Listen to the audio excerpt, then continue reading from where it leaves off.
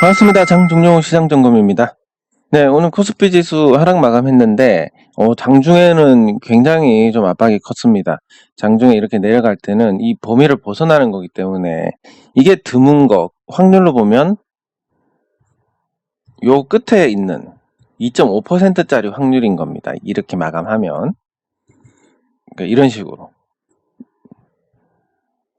2.5% 벗어나서 마감하니까 단기간에 급락을 하는 이런 흐름이 나왔듯이, 오늘도 만약에 이게 음봉으로 마감했으면 줄줄이 그냥 쓰러지는 이런 형태의 흐름이 됐을 텐데, 뭐 그나마 이제 버텼으니까 이중 바닥을 만들 만한 그런 여지는 남겨둔 상태입니다. 근데 지금 이 6월달 고점 이후로 해가지고 요 고점이 계속 낮아지고 있습니다. 그럼 저점이 또 어떻게 되느냐면 저점도 낮아지고 있습니다. 이렇게.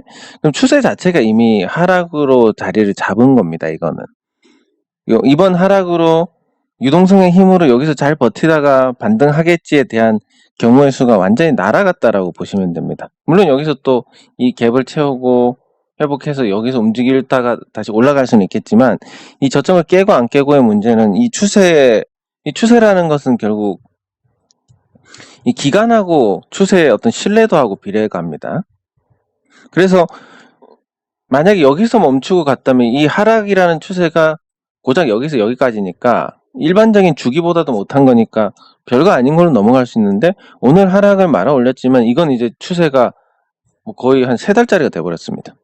일반적인 그 코스피 주기를 넘어선 하락의 어떤 기간이기 때문에 이 하락 추세의 신뢰도가 상승을 하게 됩니다. 즉 오르기는 어렵고 내리기가 쉬운 상태가 되니까 앞으로 호재에 둔감하고 악재에 민감한 그런 상태가 되는데, 지금 반등을 한다 하더라도 11월 달에 이제 테이퍼링 하면 기세 좋게 올라가다가 테이퍼링을 한다 그러면 조정받고 다시 올라가는 건데, 지금 같이 이제 이미 추세가 꺾인 상태로 이렇게 추세가 이렇게 꺾인 상태에서 테이퍼링을 한다, 이럴 가능성이 굉장히 높아졌습니다. 그래서 코스닥만 문제다라고 말씀드렸는데, 오늘 하락으로 코스피도 문제가 좀 커졌다. 물론 여기서 이제 오늘 잘 버텼기 때문에 기술적 반등이 나올 거고, 요 중심선 매물대 있는 데까지도 기대를 해볼 수가 있습니다. 근데 어쨌든 이게 낮아졌기 때문에 요 다음에 다시 하락을 할 가능성이 크고, 이렇게 추세가 점점 굳어지고 계속 고점과 저점이 낮아지면 결국 호재에 둔감하고 악재에 민감한 상태가 돼서 11월 달에 금리 인상을 하고 테이퍼링을 실시할 경우에 시장이 완전 크게 망가질 수 있다. 이런 부분은 열어두셔야 될 것 같습니다. 저는 의도한 건 아닌데 하필 또 이 시점에 돈이 없어가지고 조금 편하게 보내고 있긴 한데, 그렇다 하더라도 마음이 무겁습니다. 그리고 지금 주의해야 될 부분이 요 내용입니다. 뭐냐면 증권사들 신용 공여가 빨간불이다. 이게 이미 한참 전부터 있었던 얘기입니다. 왜냐하면 증권사들 자체에서 신용 공여 이제 다 차서 신규 대출이 안 된다, 뭐 이런 식으로 경고 받은 지가 올해 초부터 해가지고 굉장히 많은데, 그게 지금 이거를 이렇게 공론화한다, 정부가 이제 관심을 가지기 시작한다, 사실 이거는 건드릴 필요가 없었던 것 같습니다. 왜냐하면 증권사들이 이 법정 한도를 초과하지 않는 선에서 계속 자체적으로 관리를 해왔기 때문에 이걸 굳이 뭐 정부가 개입을 할 필요가 있나 이런 생각인데, 그럼에도 불구하고 지금 이 금융당국이 그 가계부채 관리하는 그 범위에서 이 증권사들까지 다루겠다고 하니까 그게 참 뭐 정부가 건드려가지고 좋은 게 없기 때문에, 지금 정부뿐만이 아니라 이 시장에서는 정부의 개입이 있으면 거의 무조건 부정적입니다. 단 한 번 긍정적인 게 있었는데, 그 시장에 정부가 개입해서 긍정적이었던 건 2008년 금융위기 당시에, 그때 뭐 미네르바가 500 간다 어쩐다 할 때 정부가 이때 깔끔하게 개입해서 892에서 지수가 멈추고 반등을 했습니다. 그리고 신속하게 회복을 했는데, 그런 그 한 번을 제외하고는 제 기억에 정부가 개입해서 시장이 좋았다, 좋은 영향을 줬다 이런 건 없는 상태라서 증권사들이 알아서 그 법정 한도를 넘기지 않는 선에서 잘 하고 있는데 굳이 이걸 또 왜 건드리나 하는 부정적인 부분이 있습니다.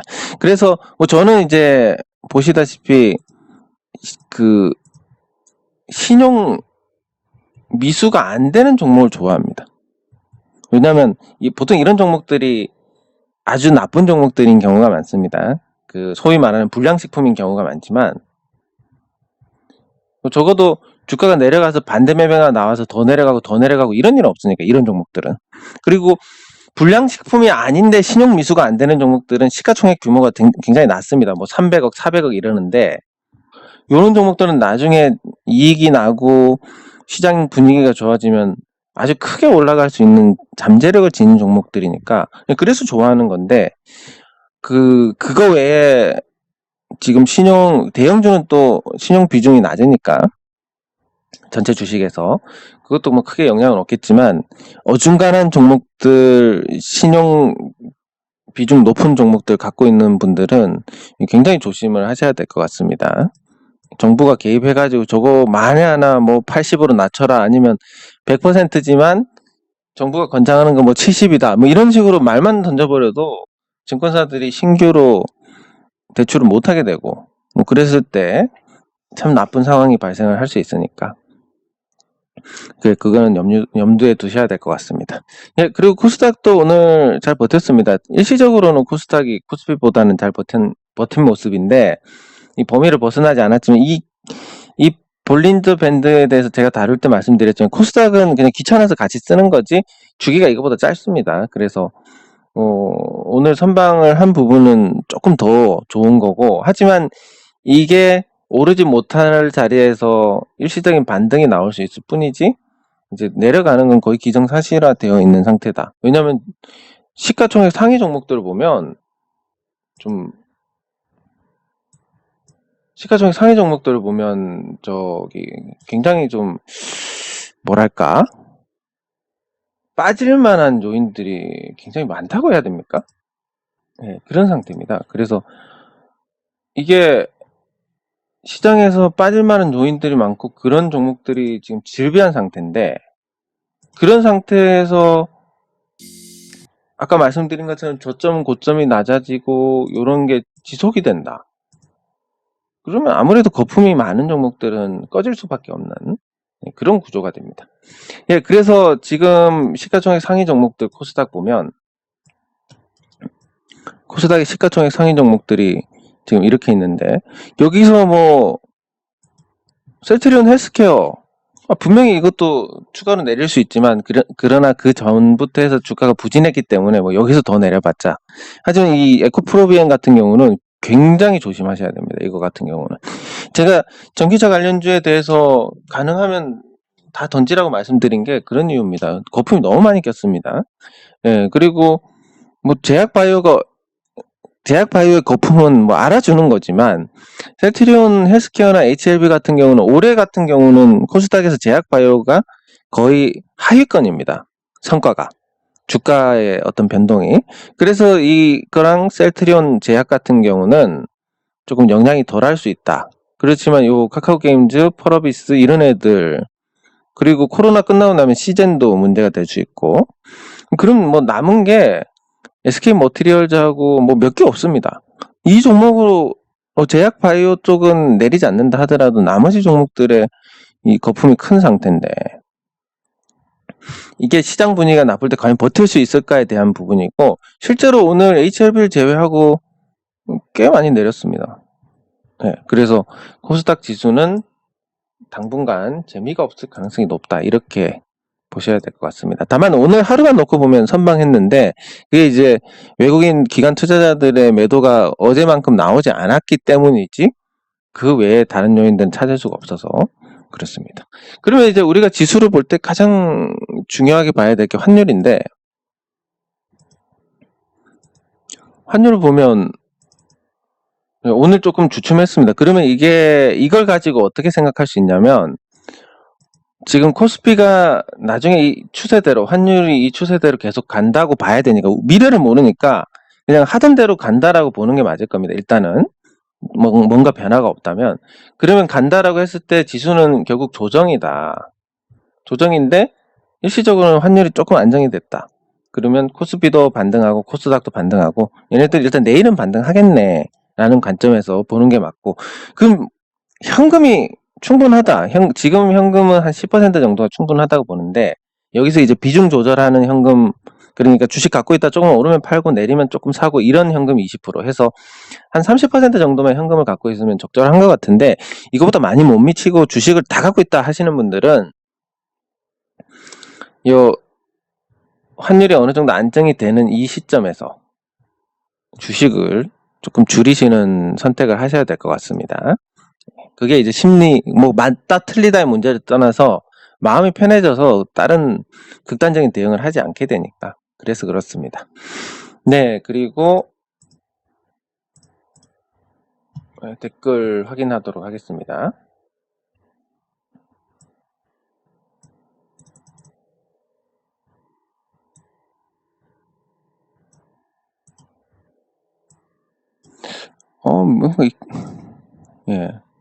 뭔가 이제 조금 제가 어눌한 느낌이 드는데, 예. 감사합니다. 네. 속상한 건 아니고, 이게 조금 받아들이는 인식이 다른데, 이게 주식을 하다 보니까, 이게 일종의 어떤 직업병입니다. 그러니까 이것도 생각을 하는 겁니다. 돈이 들어올 거랑, 안 들어올 거랑, 안 들어오면 뭐 할 수 없지, 뭐. 들어오면 이렇게 해야지, 이런 거니까, 안 들어와서 할 수 없지라고 해서 끝나는 거지, 뭐 속상하고 이런 건 없습니다. 예.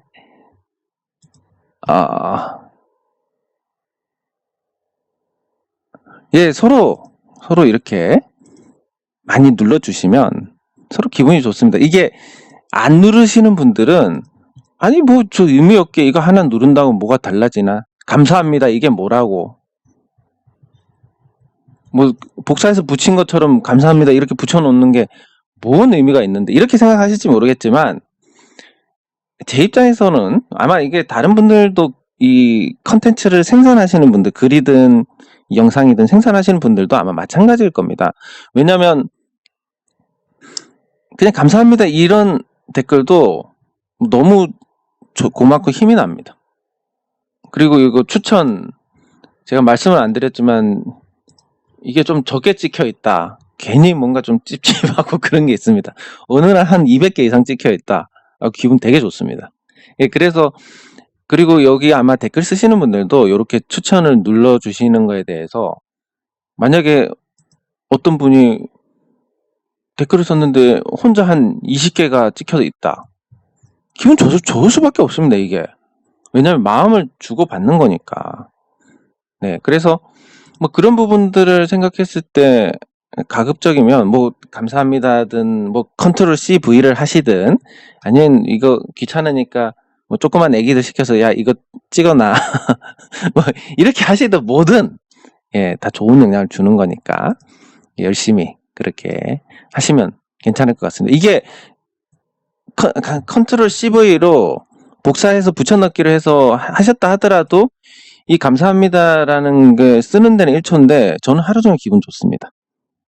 예, 감사합니다. 예, 그래서 서로 또 많이 찍어주시고, 그리고 혹시라도 뭐 광고성 글이나 아니면 저를 까는 글이 있으면 요거 싫어요 찍어주시고. 예. 예. 뭐 근데 저도 제가 직접 사서 인버스 사셔야 됩니다라고 하는 것과 말로 이렇게 하는 건 너무나 큰 차이기 때문에 이게 사실 따라 하시기가 쉽지가 않습니다. 제가 사서 저 이렇게 할 겁니다라고, 뭐 운전하고 같은 건데, 제가 이제 운전을 하면서 옆에 타신다는 개념이고, 근데 제가 종목을 안 사고 말씀드린다 그러면 그냥 무전기로 이렇게 악셀 밟으세요, 브레이크 밟으세요, 핸들 돌리세요, 이런 거랑 똑같습니다. 얼마나 위험한 일입니까 이게? 그래서 저는 사서 말씀드리는 거 좋아하는데, 그래 손해보고 같이 손해보고 수익 보고 같이 수익 보고 또 제 마음이 이해를 할 수 있으니까, 지금 심리 상태가 이러실 것 같다 저러실 것 같다 이거 알 수 있으니까. 그런데 제가 못 사고 하니까 사실 좀 많이 답답합니다. 예. 다이나믹 디자인. 예. 요거에 대해서는 제가 개인적인 경험을 말씀드리면, 제가 과거에 투자를 했던 초기니까 뭐 한 20년 전부터 해서, 저는 이 문제에 대해서 수정이 되는 부분을 보고 투자를 했습니다, 초기에.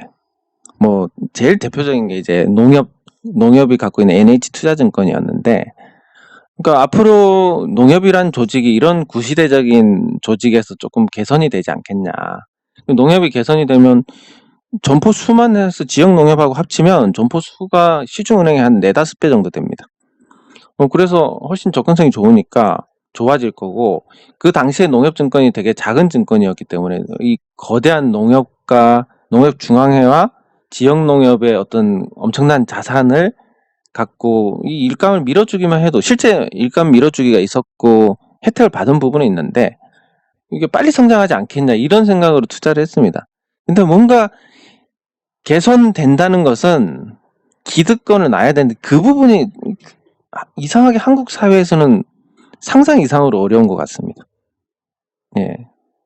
그래서 뭐 정치적인 얘기로 넘어가면, 그래서 저는 대통령제가 맞다고 생각하는데, 대통령이 초월적인 힘을 갖고 이런 걸 하나씩 깨부숴줘야 그나마 기득권이 조금 개선이 되는 거, 개혁이 되는 거지, 만약에 의원 내각제나 이런 걸로 가면 전혀 문제 개선이라는 건 찾을 수가 일어나지도 않을 겁니다.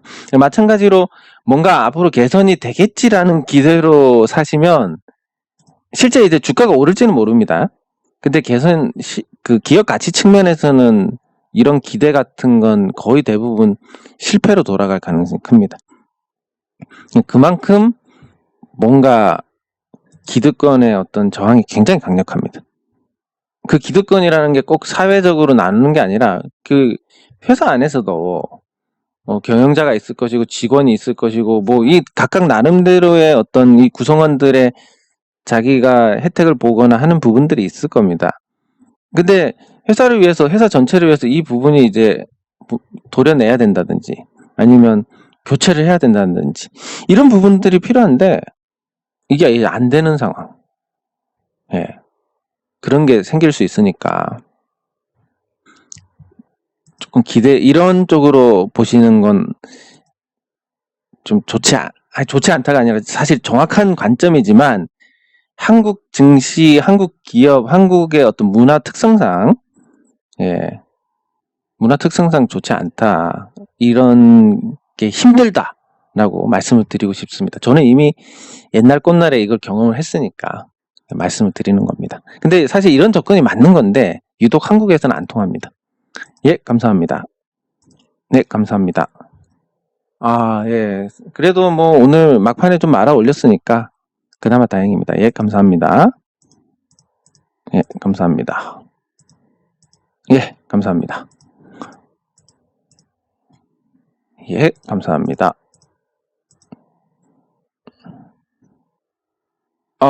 네. 축하드립니다. 이 30%는 아마 수익이 아니라 보유하신 물량의 30%이신 것 같은데, 뭐 이렇게 덜어낸다는 건 굉장히 좋습니다. 왜냐하면 뭐 그냥 정확하게 간다면 이렇습니다.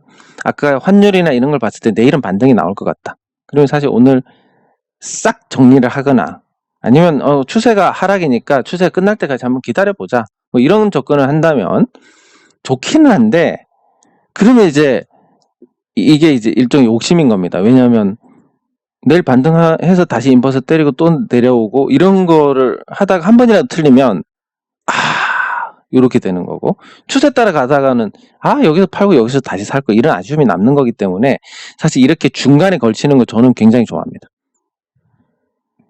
반 정도 덜어내야지, 이런 거 정말 좋습니다. 이게 사실은 정답입니다. 주식시장에서 모르니까 수익 났으면 일단 반은 챙기고 그 다음에 추가 수익 나면 좋고, 내려오면 다시 추가 매수하고, 이게 주식 투자를 쉽게 하는 건데, 이걸 머리로 이해하면서도 이렇게 또 하시다가도 한두 번 맞다 그러면 몽땅 그렇게 해버리고 이렇게 되는 거니까, 그게 알면서도 어려운 건데, 그 욕심을 극복하는 뭐 방법 중에 하나라고 한다면, 결국 그냥 이 순리대로 가야 된다라는 거. 내가 욕심을 부린다고 주식시장에 수익이 나는 것도 아니고 그냥 수익은 신이 주는 거다. 이 신은 시장 안에서는 주식 시장에서는 이 시장이 신입니다. 그래서 우리는 무조건 모른다로 가야 되고, 모른다라는 것과 동업자 정신, 아유, 내 주식 산 사람도 수익 좀 봐야지, 이런 정신을 갖고 있으면 요렇게 가능합니다. 그리고 이런 게 가볍지가 않은 게, 이런 게 계속 누적이 되면 점점 좋은 결과가 나오게 됩니다. 네, 감사합니다. 예, 감사합니다. KG, 예. 많이 빠져서 진입을 하신다. 예, 알겠습니다. 근데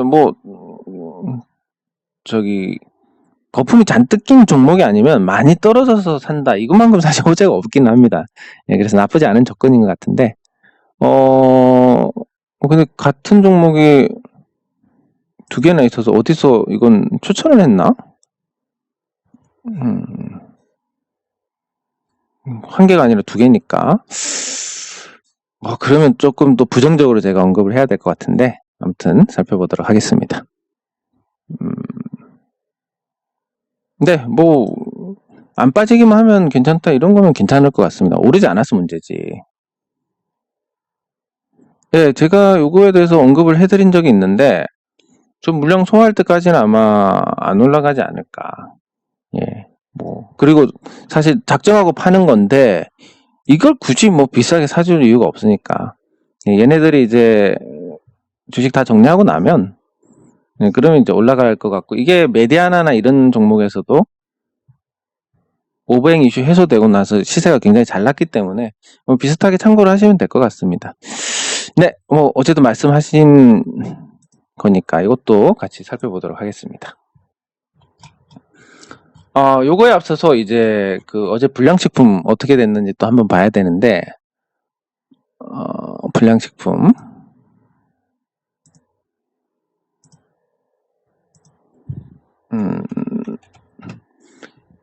불량식품은 오늘 시장 대비해서는 괜찮았던 것 같습니다. 네, 불량식품 하나 올랐고,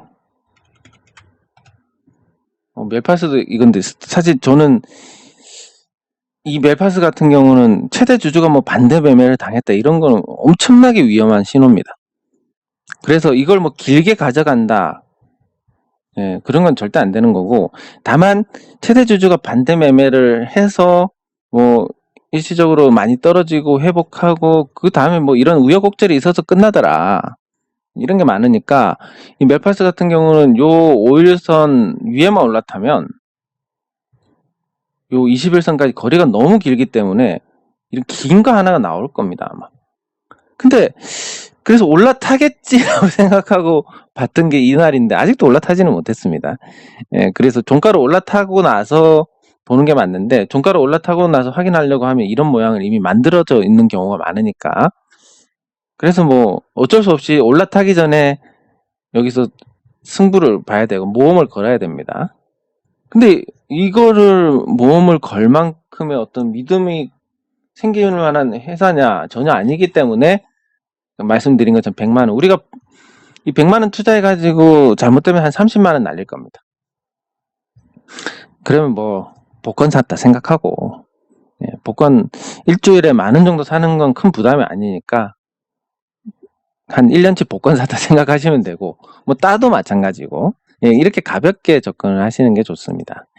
예, 어쨌든 이건 5일선 올라탈 때가 중요한데 못 탔다 아직까지는. 근데 타고 나면 이미 늦으니까 타기 전에 찔러야 되는데, 그러기에는 너무 회사에 대한 믿음이 없으니까 밤새 안녕하지 못한 일이 발생을 할 수 있습니다. 그래서 100만원 정도만 찌르는 걸로 이렇게 하시면 되고, 그리고 하나가 그게 뭐였지? 이름이 갑자기 생각이 안 나는데, 그거 A루트. 예, A루트는 바닥에서 매집이 일어난 것 같으니까 언제 한번 이게 세게 달릴 수 있고 요게 또 요 갭을 채우는 과정에서 손쉽게 이렇게 올라갈 수 있을 거니까 한번 보고 있는 건데, 근데 그게 언제인지는 모릅니다. 언젠가는 또 이런 반응이 있겠지만 매집을 이만큼씩이나 했으니까 언젠가는 그러겠지만 그게 언제일지는 모르니까 지켜보는데, 오늘 그래도 뭐 거의 보합입니다. 호가 하나 내렸으니까. 그래서 시장이 내렸는데 불량식품은 나쁘지 않았다. 앞으로 이게 시장이 조정받으면 점점 그럴 겁니다. 왜냐하면 불량식품은 상대적으로 안전합니다. 예를 들면 떨어지고 올라가고에 대한 변동성, 높은 변동성에 이미 익숙해져 있습니다. 그리고 이런 종목들은 만약에 크게 떨어진다, 그러면 또 대기 매수세가 제법 있습니다. 왜냐하면 여기서 먹고 나온 사람도 있고 여기서 먹고 나온 사람도 있고 그런 거니까. 그래서 높은 변동성에 대해서 이미 익숙해져 있고, 두 번째는 신용 미수가 안 되니까 반대 매매 같은 게 없고, 이런 게 사실은 좋은 겁니다. 그리고 언제 망할지 모르기 때문에 이미 시장이 나빠서 이거 일단 팔고 불안함을 좀 없애야 되겠다, 이게 아니라 뭐 시종이 일단 불안하기 때문에, 그래서 오히려 시장이 나빠지면 이런 불량식품들이 주가가 올라가는 경우가 생기는데, 실제 오늘 주가 흐름을 보면 나쁘지 않았기 때문에 불량식품에서 그냥 소소하게 뭐 100만 원 이 정도 하시면서 소소하게 시장을 피해 있다가 나중에 시장이 좀 안정을 찾고 나면 그때 가서 다시 투자를 하시는 게 좋지 않을까 싶습니다. 네, 그리고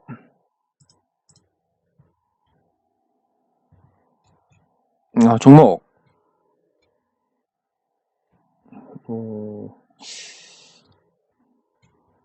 그러면 인버스 원래 또 이게 맞춘 거에 대해서 또 언급을 많이 할 수밖에 없는 게 사람 심리니까. 그런데 그 아까 환율 보여드렸고 코스닥이 생각한 것보다 선방했기 때문에 여기서 추가로 올라가는 것보다는 뭐 한번 이렇게 조정을 받지 않을까 싶습니다. 그러면 지금 현금이 너무 없어, 나 현금이 지금 0이야. 그리고 뭔가 팔아서 현금화 할 수 있는 게 있는데 그게 한 5%밖에 안 돼. 이 5%로는 심리가 되게 불안한데, 그런 분들이 있으시면 조정 받을 때 한번 요걸 사시면, 이건 내릴 때 올라가는 거니까 현금에 곱하기 2 정도의 심리적 안정을 가져올 수 있는 부분입니다. 네, 그리고 중간에 삼성전자를 한번 봐야 될 것 같은데, 삼성전자가 방어주 역할을 하느냐 못하느냐 이런 관점에서 보는데 오늘은 생각보다 부진했습니다. 그러면 이 삼성전자가 현 상황에서 그나마 긍정적으로 평가할 수 있는 건 요 저점을 깨지 않았고 코스피는 저점을 깼습니다. 그러니까 현 시점에서는 매를 먼저 맞았든 뭐든 삼성전자가 시장 대비 강하다.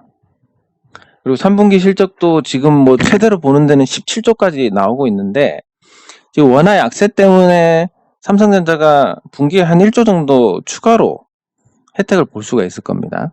의도한 건 아니겠지만.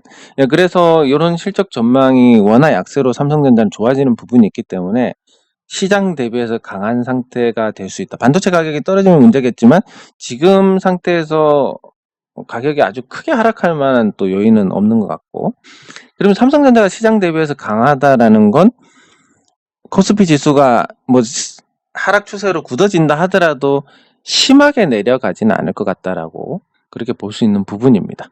그래서 삼성전자에 대해서 좀 관심을 높일 필요가 있고, 3분기 실적도 곧 일주일 안에 발표를 하니까 그것도 긍정적인데, 조금 이전에 제가 삼성전자에 대해서 굉장히 부정적으로 말씀을 드렸습니다. 삼성전자 자체가 부정적인 게 아니라 유동성 항아리 역할을 하다 보면 얘는 못 올라갈 가능성이 크다. 그리고 실제 주가가 올해 내내 부진했습니다.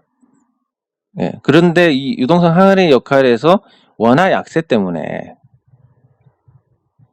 수출하는 기업이니까 원화 약세에 대해서 알게 모르게 혜택을 많이 받습니다. 그래서 그런 환경이 됐을 때 삼성전자가 이제 유동성 항아리보다는 일종의 방어주 역할로 상대적으로 선방할 수 있으니까.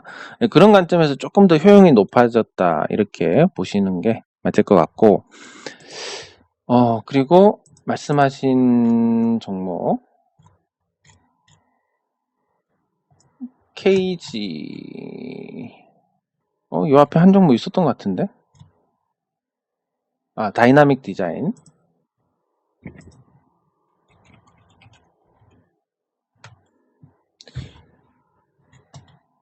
예, 다이나믹 디자인. 요게 예전에 뭐였지?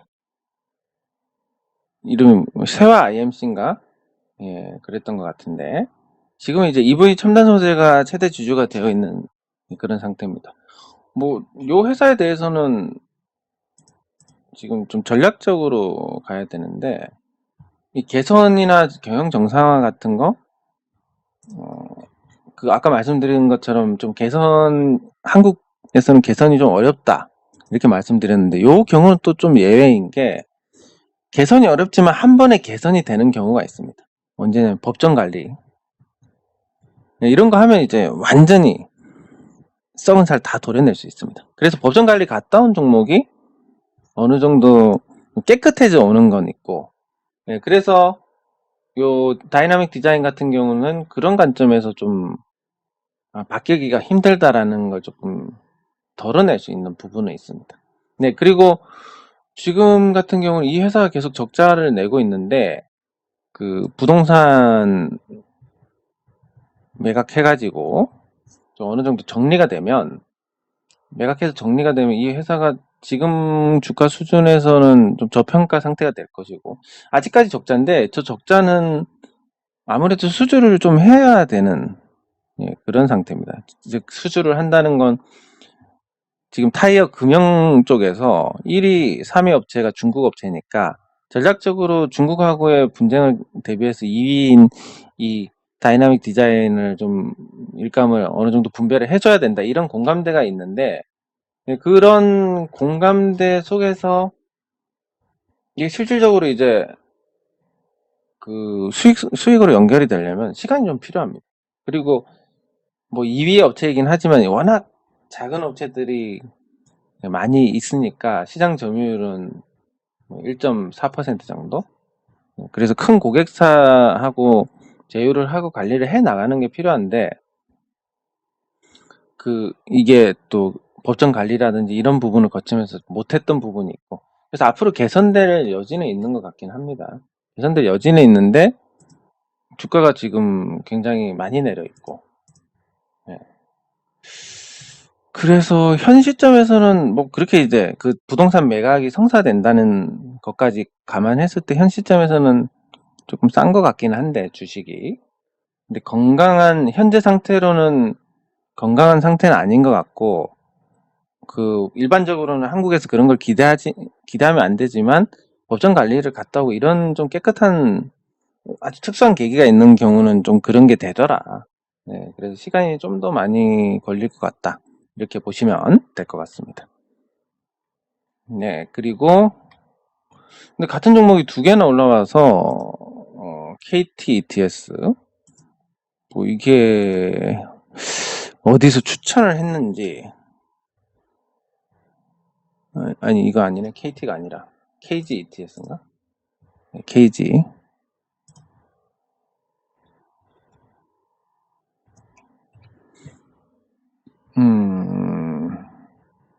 일단 많이 올랐으니까 그 자체로 좋지가 않은데, 한번 보도록 하겠습니다.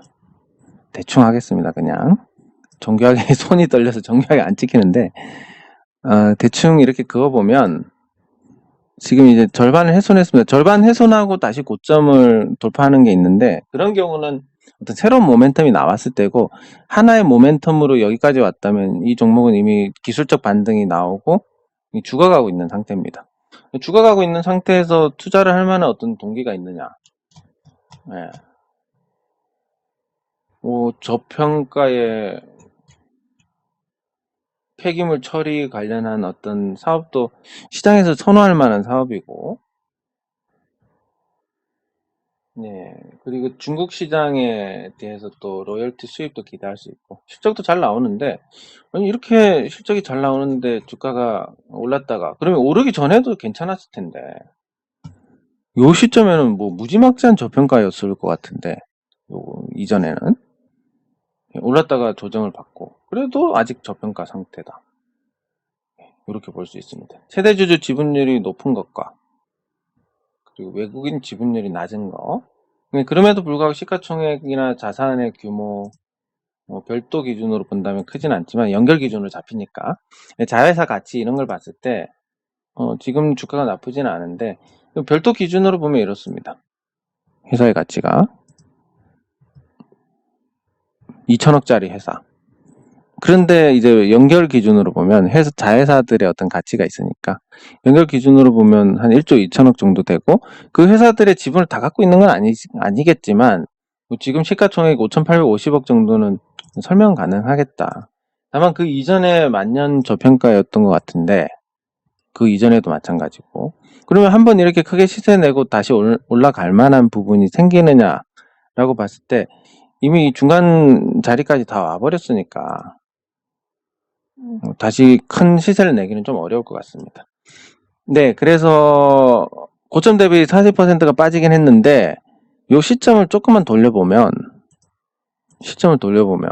여기서는 한 40% 빠졌지만 여기서는 아직도 200% 정도 오른 상태입니다. 예.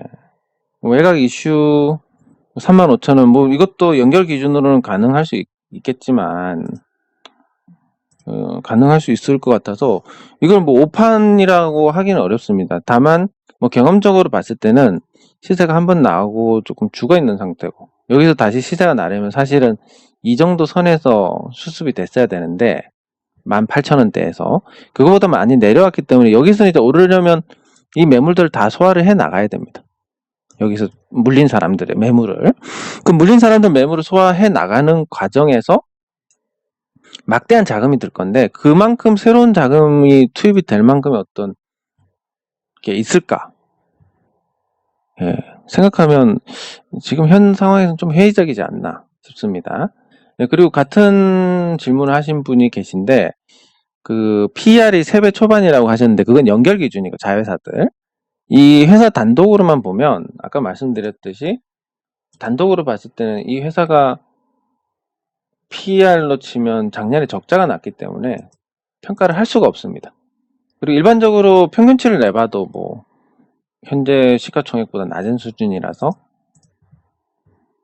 나쁘지 않을 것 같긴 하고 이거를 접근한다는 게 투자의 범위를 벗어난 것도 아니지만 뭐 제가 개인적으로는 이렇게 이미 올랐던 종목에 대해서는 좀 부정적으로 생각하기 때문에 5배가 올랐는데 여기서 뭐 먹을 게 있겠습니까? 이런 관점으로 보시는 게 맞지 않을까 싶습니다. 네, 그리고 삼성생명. 저는 삼성생명에 대해서는 굉장히 좋게 생각하는데 얘가 시장에서 인기가 없어서 그렇지. 왜냐면 이제 삼성전자 지분 가치 굉장히 크고 뭐 지분 가치만 해도 이미 시가총액을 넘어서 있는 상태. 거기다가 뭐 자체적으로 수익이 안 나는 것도 아니고 삼성전자 배당 수익도 나고 순자산 가치도 뭐 40조가 넘어 있는 상태.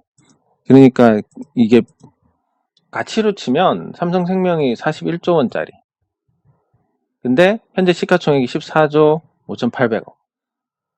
이거 너무 저평가돼 있다. 그리고 배당도 나쁘지 않게 하고 있고 주주환원 정책에도 인색하지가 않는 상태인데 그리고 11월에 금리 인상도 하고 배당을 보면 앞으로 3달만 보유하면 되니까 그 매력도 있고 가격 조정 받고 기간 조정 받고 있는 상태고 그러면 현 시점에서 추가 하락에 대한 가능성은 낮다라고 본다면 뭐 가치 대비해서 이만큼이나 저렴한데 여기서 더 내려갈 게 있겠습니까? 이렇게 보면 기간 조정 후에는 위로 방향을 잡을 텐데 지금 지르나 나중에 방향 오를 때 지르나 이게 지루한 부분만 없다면 예, 괜찮을 것 같습니다. 다만 이제 인기가 없고 그렇다 보니까 좀 재미없는 흐름은 각오를 하셔야 될 것 같습니다. 그리고 제노레이에 대해서 제가 원익 뭐였지? 그 원익 투자 파트너스입니까? 잠시만. 예, 원익 그로스 챔프라는 거기서 이제 지분을 정리를 해 나가고 있는데 뭐 굳이 이걸 비싸게 사줄 필요도 없고, 또 팔고 나면 누군가는 샀을 것이고, 그 누군가가 그냥 시장에 던질 만한 물량은 아니기 때문에 그걸 받고 나면 올라갈 가능성이 높지 않을까. 예전에 뭐 한번 설명드렸는데, 메디아나도 그랬던 것 같습니다. 메디아나도 보면 요 시점에서, 물론 코로나 영향도 있었지만 요 시점에서 2대 주주가 다 정리하고 최대 주주가 직접 경영에 복귀를 하면서 주가가 많이 올라갔습니다. 그리고 이제 부진한 흐름으로 가긴 했지만 그래도 뭐 이전보다 훨씬 나은 주가 수준을 유지를 하고 있고, 제너레이도 마찬가지로 2대 주주 오버행 이슈가 사라지고 나면 훨씬 더 나은 상태가 되지 않을까, 그렇게 예상을 하고 있습니다. 근데 뭐 이게 제가 처음부터 그런 생각을 못했던 게, 얘들이 원래 한 10,000원대에서 팔았습니다. 원익 쪽에서. 원익에서 지분 절반을 처분한 가격이 10,000원, 10,000원 정도인데, 그래서 보통 개념으로 따지면 한 10,000원 정도에 팔고, 그리고 좀 더 올라가면 또 팔고, 이게 개념이니까 이제 여기서 안 팔겠지 생각했는데, 이게 파는 게 예상을 못했던 부분이니까 시간이 조금 더 걸리게 됐고, 박람회라든지 3분기, 4분기 이렇게 실적 나오고 IR하고 이런 부분에서는 회사가 계속 잘 하고 있기 때문에 뭐 나쁘지는 않을 것 같다. 뭐 시간이 좀 더 걸린 것 제외하면 문제될 건 없을 것 같다라고 봅니다. 네, 장종료 시장 점검은 여기서 마치도록 하겠습니다. 수고하셨습니다.